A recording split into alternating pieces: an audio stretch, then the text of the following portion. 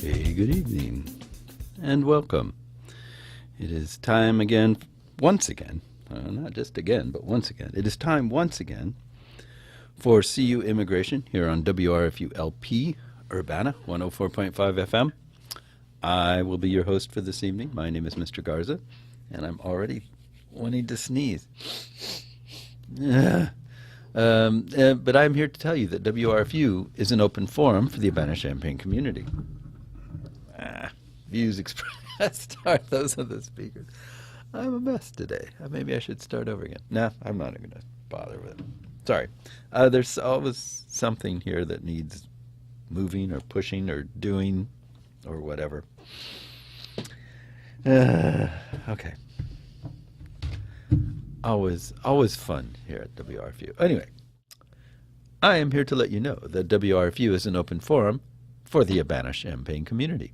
Views expressed are those of the speakers and are not intended to represent WRFU, UCIMC, Urbana Socialist Forum, or as we like to say on the televised version of this show, UPTV. These views are our own, and by our in this instance, I mean myself. That's it. And or anyone whose article I may be reading. So if have not confused myself enough here with the beginning of the show, and you, in your watching and or listening thereof, I will begin to talk about stuff. So yeah, so here I am. It's hot out, in case you were wondering. It's like still in the 90s out there. But I was smart today. You know, some days I just like go for it. No matter what. It's just like I've got work to do. And so I work, and, you know, I end up being sorry that I did that. But today I did work all day, but I took a lot of breaks and drank a lot of fluids and cooled off in between. And I somehow managed to not get a headache, which is something that I always get in hot weather. It's just like, oh, it's hot, headache, hot, headache. It just, the two seem to go hand in hand. But I managed to avoid it by careful tending of the internal temp. Now, I don't know if I'm going to be able to do that tomorrow because I'll be sitting in a hot place all day and there's nowhere to go to cool off. But at least today I managed to do it. So I would pat myself on the back of my arms. Well, they sort of reach. No, they reached that far, but they don't really reach that far. Anyway, none of this has anything to do with immigration, but, you know, it is all part of the life, you know, just the exigencies, the idiosyncrasies. You know, it's just life. Stuff that goes on. Anyway, but back to immigration. Yeah, so you tune in here to listen to a show about immigration, not about me avoiding getting a headache in hot weather. And I don't blame you, because of the two, I would rather listen to a show about immigration myself. But being self-centered as I am, I can't help but talk about my success at avoiding getting a headache, because I don't like headaches. I don't know about you, but I'm not a fan of them. Anyway, be that as it may. So, information, right? That's what you tune into the show to acquire. There's information out there. And really, if you think about it, there's information everywhere. You can hardly turn around for bumping into information around here these days. That was not the case at one time. You had to wait for the daily newspaper before you had any idea what was going on. And then you only knew what was going on, you know, what they told you was going on. And you only knew what they said about it, and or anything someone else told you who may have actually seen or experienced it. So yeah, I mean, it's really, things have changed a lot. And now you really actually kind of have to try to avoid knowing something about what's going on. The problem is that with this profusion of information comes a lot of misinformation, or sort of semi-correct, semi-incorrect information there's a lot of garbage in there, and a lot of it is garbled, and a lot of it is twisted in a way to make you feel something or to think something about a certain thing. So I've been noticing a few stories in particular lately that are, pretty intense, and so I've been noticing the different reporting on them and thinking, okay, wait a minute, that's sort of weird. Is that really true? And then digging a little deeper and going, oh, okay, not really, or sort of, or kind of, or whatever. So one of the things I'm sure you've been hearing a lot about is children at the border. So what's been going on there? If you remember a while back, there was Attorney General Jeff Sessions announced a new policy where they are going to criminally prosecute people attempting to cross the border. Now, this is a difference. This is not how they used to do it, except in some cases. But now, even if you come here, like, say, seeking sanctuary, you're going to be criminally prosecuted as an illegal border crossing, as someone trying to cross the border illegally. That is a big difference, and it has far-reaching effects. So let me read this story to you here. I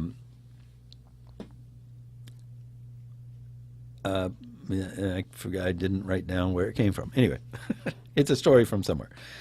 President Donald Trump on Sunday blamed Democrats for his own administration's policy of separating undocumented immigrant children from their parents when they are arrested at the border.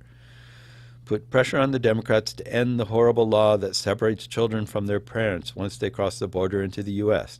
Catch and release, lottery and chain must also go with it, and we must continue building the wall. Democrats are protecting MS-13 thugs.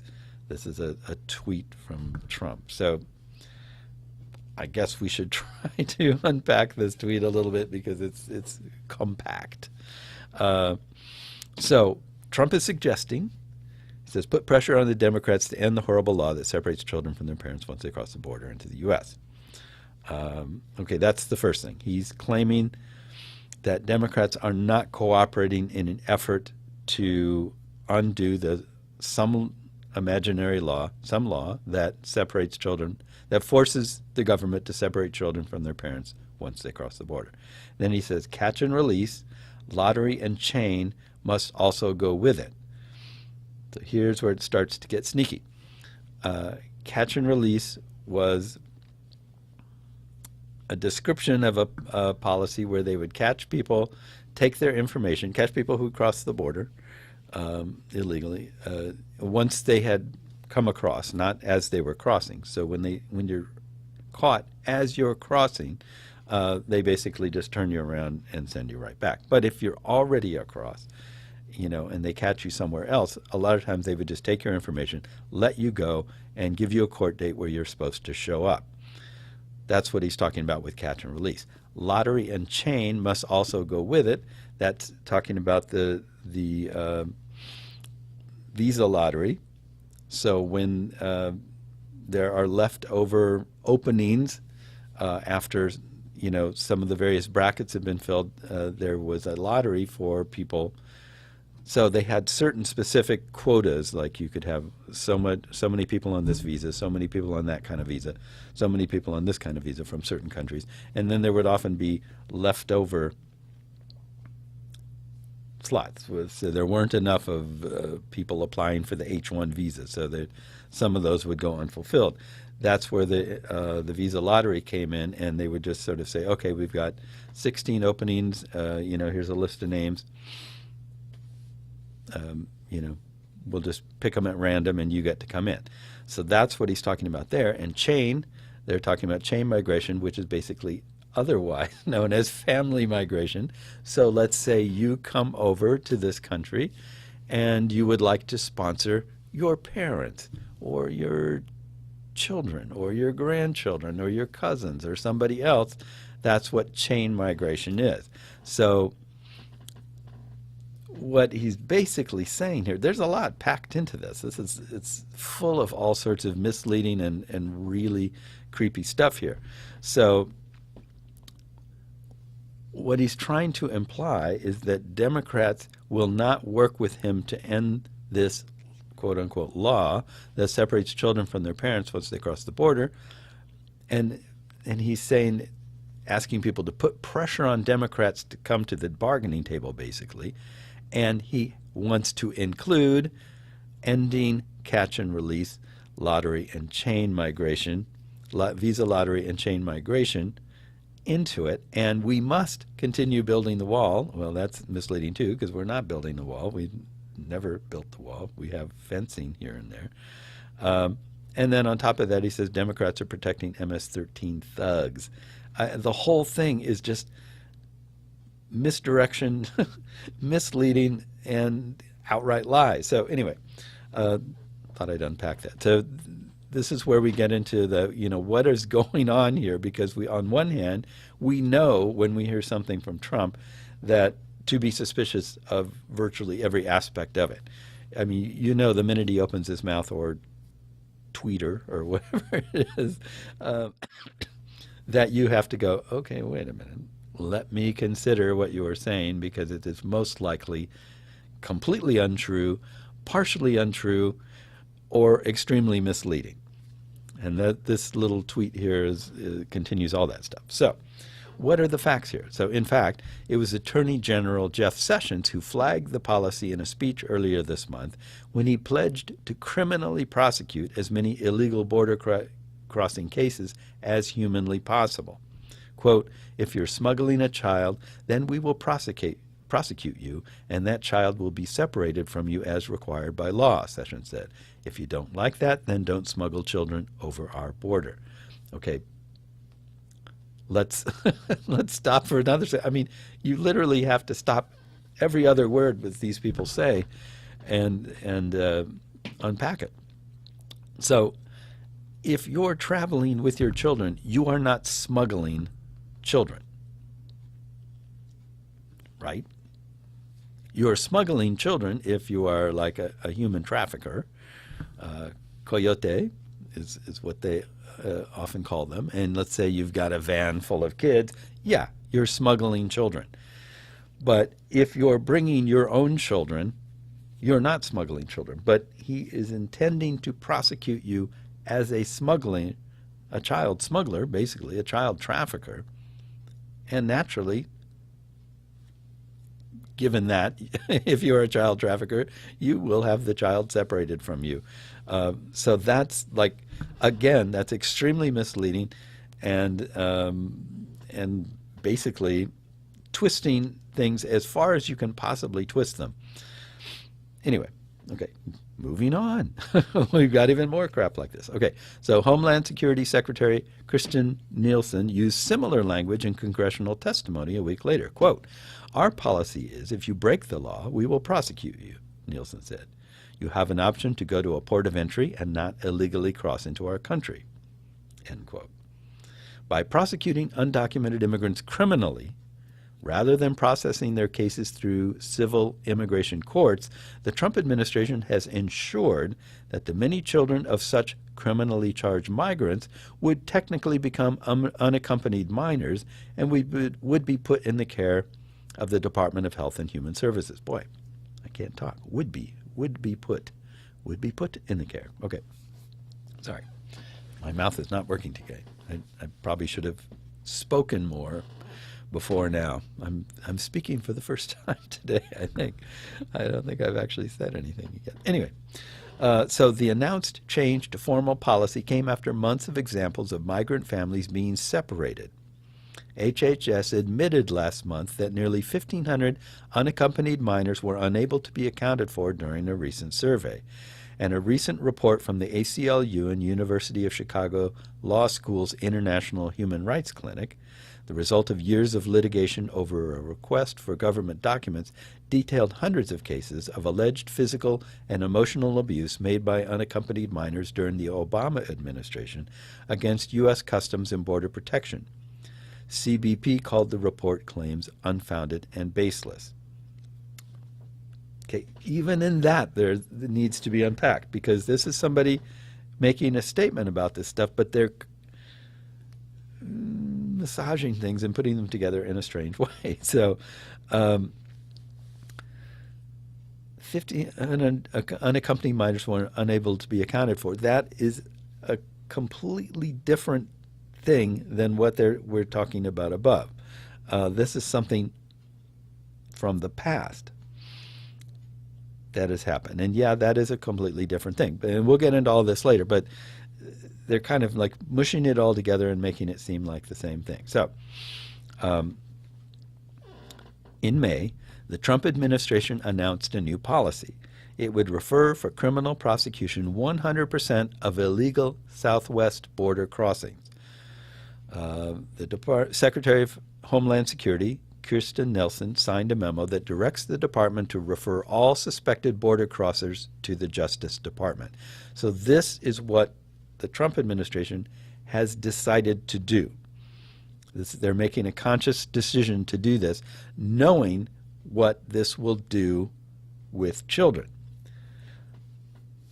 which we get to next. The new policy means that parents who arrive at the border with their children will be sent to criminal detention facilities. Children cannot be sent to those facilities and therefore are sent to separate detention facilities and are deemed unaccompanied minors. Now, this is a complete twisting of unaccompanied minors and who they are and what they came here for and everything about it. This is creating unaccompanied minors out of children who came with their parents. Quote, "We don't want to separate families, but we don't want families to come to the border illegally. That's just the way the world works," Jeff Sessions said. "I didn't want to shoot the hostages, but you refused to accept my demand, so that's just how it goes." Would be another way of saying that exact same thing. So prior to the new policy, most families that arrived at the border were dealt with through a civil removal process. This kept families together. Donald Trump, responding to criticism of his own policy, blamed it on a horrible law that was kept in place by Democrats. Put pressure on the Democrats, blah, blah, blah. So we saw that. So this is not true. There is no law that requires the Trump administration to separate families. Children as young as 1 year old are being separated from their families as a result of this new discretionary Trump administration policy. But when CBS's Margaret Brennan was interviewing influential House Republican Mark Meadows about the issue on Sunday, she accepted Trump's tweet as if it was a fact. Brennan, quote, "I want to ask you as well about immigration because we could talk all day about the other topic. The president tweeted yesterday that it's a horrible law to have parents separated from their children if they cross the border illegally.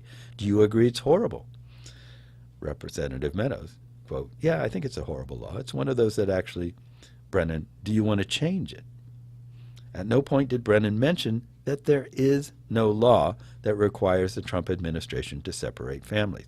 So Meadows perpetuated the misinformation further by stating that there is a real bipartisan support for changing the law, which does not exist.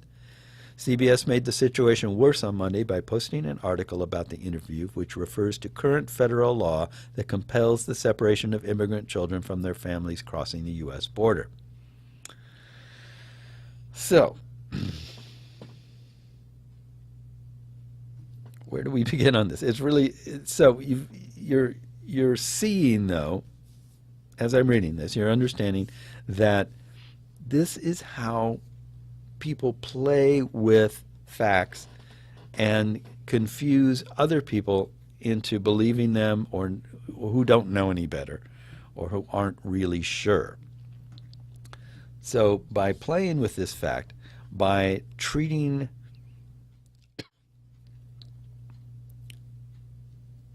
border crossing families as criminals, by criminalizing, once again, criminalizing immigration, they are creating a situation where they have to separate children because they simply can't send children to the same kinds of jails. I mean, we have laws about that. So yes, there is a law that you can't send children to, prison.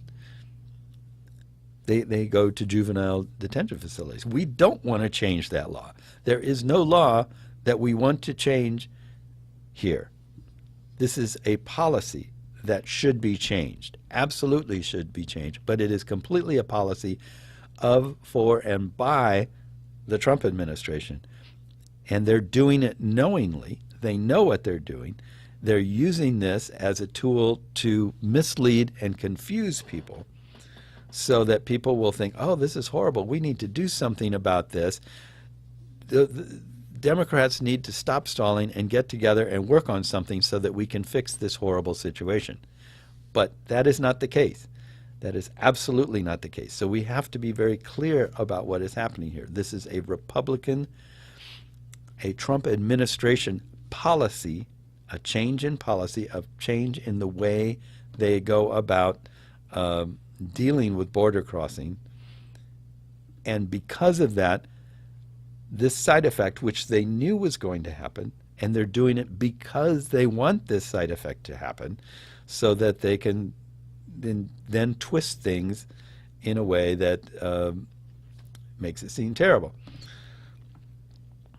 So here's another article on this. This is from the Washington Post, entitled, "The Trump Administration's Immigration Policies Are Impossibly Cruel."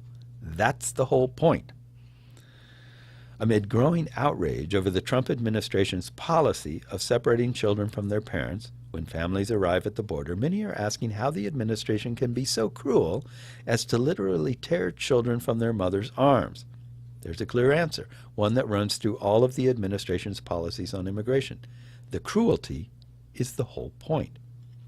It's both a reflection of President Trump's beliefs and those of his key advisors on immigration, and a practical tool they are using to reduce the number of immigrants coming to the United States. There won't be a more humane set of policies coming out of this administration because they have no interest in being humane. Back in December, the Post reported that the administration was considering a set of policy changes that would both separate families arriving at the border and crack down on undocumented parents already in the United States who send for their children. Then earlier this month, Attorney General Jeff Sessions announced that everyone who crosses the border illegally will be subject to criminal prosecution. And because children cannot be held in adult jails, that means families will be split up. Previously, families were held in facilities where they could remain together. The implementation of this policy has led to agonizing scenes at the border of anguished parents and terrified children. Quote, "This is as bad a practice as I've seen in my career," one American Civil Liberties Union lawyer told NBC News. "It has such a cruel feel to it. In some cases, families have been separated even when they arrived at official ports of entry and requested asylum." The Trump administration has made no attempt to hide the fact that they hope that the harshness of this policy will deter people from seeking to come to the United States. "If you don't want your child separated, then don't bring them across the border illegally," said Sessions. "It's not our fault that somebody does that." Refer once again to my hostage comparison. It's not my fault that I had to shoot the hostage. You didn't accede to my demands. Therefore, blame yourself. All right. As White House Chief of Staff John F. Kelly put it with his characteristic compassion, quote, "The children will be taken care of, put into foster care or whatever." The "or whatever" turns out to potentially include internment camps on military bases. The idea of using harsh policies as a deterrent to illegal immigration has been part of the Republican approach for some time. You may remember that in 2012, Mitt Romney proposed self-deportation as a solution to the problem, the idea being that if you made life miserable and terrifying enough for undocumented immigrants, they'd leave. Believe it or not, at the time he was intensely criticized for the remark. When he ran for president, Trump not only proposed a set of policies to make America less welcoming of immigrants, a wall on the southern border, a ban on Muslims coming to the United States, he also used rhetoric far harsher than other Republicans had been willing to in the past or even at the time. Others would say that they only opposed illegal immigration, but not legal immigration, and would pay lip service to the idea that we're a nation of immigrants. In contrast, Trump began his campaign calling Mexican immigrants criminals and rapists, propagated racial stereotypes, and essentially told Republican voters that they no longer needed to pretend to believe that immigration is a good thing for America. The Republican base loved it. Indeed, there may be no single factor more responsible for Trump winning the GOP nomination than his harsh rhetoric and stances on immigration. And unlike the position he takes on some issues, it's obvious that Trump sincerely dislikes the very idea of immigration, or at least immigration from countries that are not majority white. He has surrounded himself with a group of advisors who share the beliefs not only that illegal immigration must be stopped, but that legal immigration should be curtailed as well. Excuse me. These ideas have been turned into policy. The Trump administration has, among other things, done the following: capped the number of refugees the United States accepts at 45,000, the lowest number since the refugee program was created in 1980. The actual number accepted this year could be only half that. Rescinded the Deferred Action for Childhood Arrivals program. Rescinded the Deferred Action for Parents of Americans and Lawful Permanent Residence program. Barred entry from certain Muslim-majority countries. Ended temporary protected status for immigrants from Honduras, El Salvador, Haiti, Nepal, Sudan, and Nicaragua, forcing people who have lived legally in the United States for years or even decades to return to the countries of their birth. As the Migration Policy Institute concluded, no administration in modern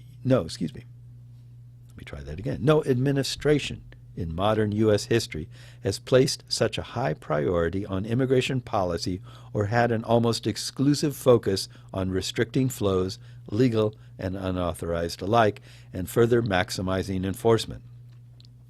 They even changed the mission statement of U.S. Citizenship and Immigration Services so it would no longer refer to the United States as a nation of immigrants. So when you hear horrifying stories from the border of families being ripped apart, understand that the administration is perfectly happy for those stories to be told. They have no compassion for the human beings involved, and they want others who might consider coming to the United States to know how heartlessly they'll be treated. It's the whole point. That pretty much sums it up right there. And it's useful to think about it that way and to understand how truth, facts, information is being played with here, so that you'll be misled and you will misunderstand what's actually going on. So, with that being said, the current administration, are not the only people, yeah, they're people, they're not people, they're people, are not the only people who are doing this. Actually, on the other side of the issue, we have a big thing going on right now. I'm so sorry, excuse me. Cough, cough, cough, choke, choke, choke.